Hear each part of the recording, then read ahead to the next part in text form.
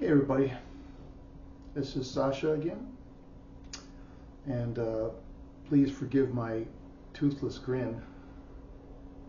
I'm getting an implant done, and they did give me one of these. Got it, plastic case here. I seem to have misplaced it.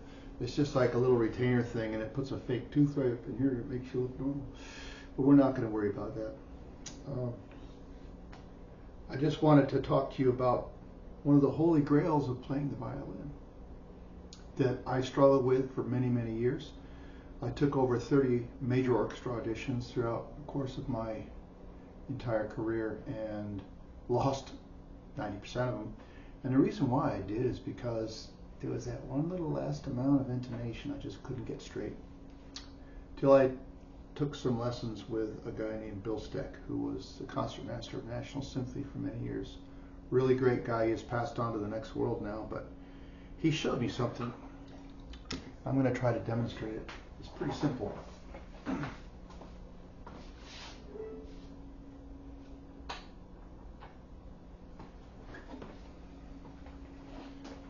But the most notorious concerto you can play at an audition for intonation, of course, is the Mozart. And one of two is acceptable. Sometimes I'll let you play number 3. I always choose number 4 because it's more difficult and it really shows you as a player everything has to be pure and clean. So the opening is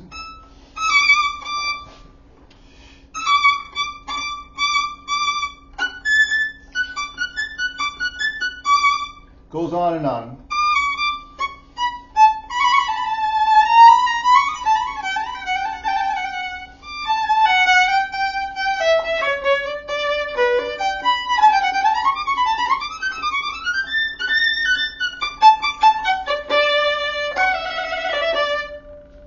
So that's the general idea of that. Now, how do you play that in tune? How do you get the intonation level? And that wasn't perfectly in tune. I'm not auditioning for anything, and I'm not preparing it for a concert or anything. So, and that is, I would play and it'd be almost good, and then I miss a note. Our note was a little bit flat or a little sharp, and Bill had a stutter. He go, but you're playing it out of tune. And I'm like, well, yeah, I'm not perfect. He says, well, at the audition you have to be more perfect than that. And so what he told me was, play the piece incredibly slow, which I know most of you heard that before.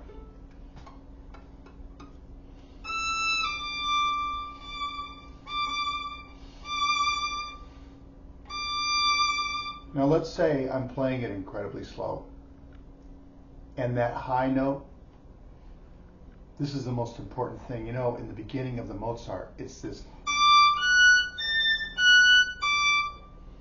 outlining these triads on the E string, very difficult. And so I'd play. That's a little flat, so. You say, no, don't do that. Don't correct it when you're practicing slow. He said, it's not correcting it. Your ear already can hear.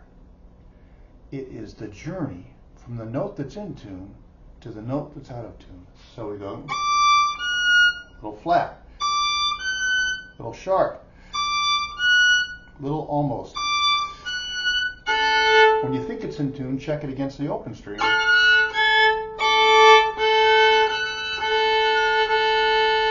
Now there I did some correcting, but I was just making sure that my ear was hearing what it was right.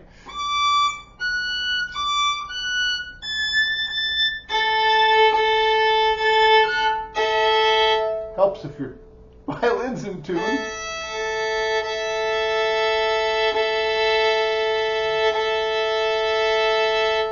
Sorry about that. So this is, I'm not editing this.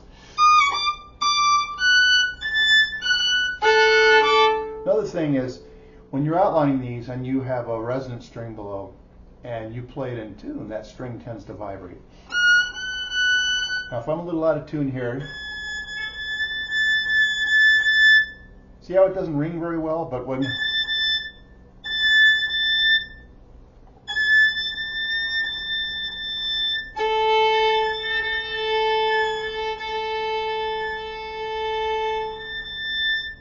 The E string's old, but you get the idea.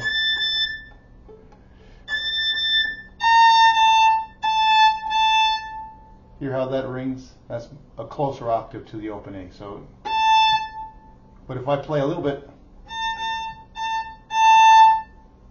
sharp, it doesn't ring as much. The takeaway here is the journey between the note that's in tune, the good note, and the next note that's out of tune. Stop, fix it. Now, how do you know you got it down? Practice it extremely slow, fix every note, do that several times, and then do a run through of the section or the piece, the part of the piece that you're learning. And you'll be surprised how much better it is. And do that every day you practice, every single day. I hope that helps some of you, and I know the video is a little bit long, but there should be some more from me, and soon I'm going to be offering online lessons for people that are interested.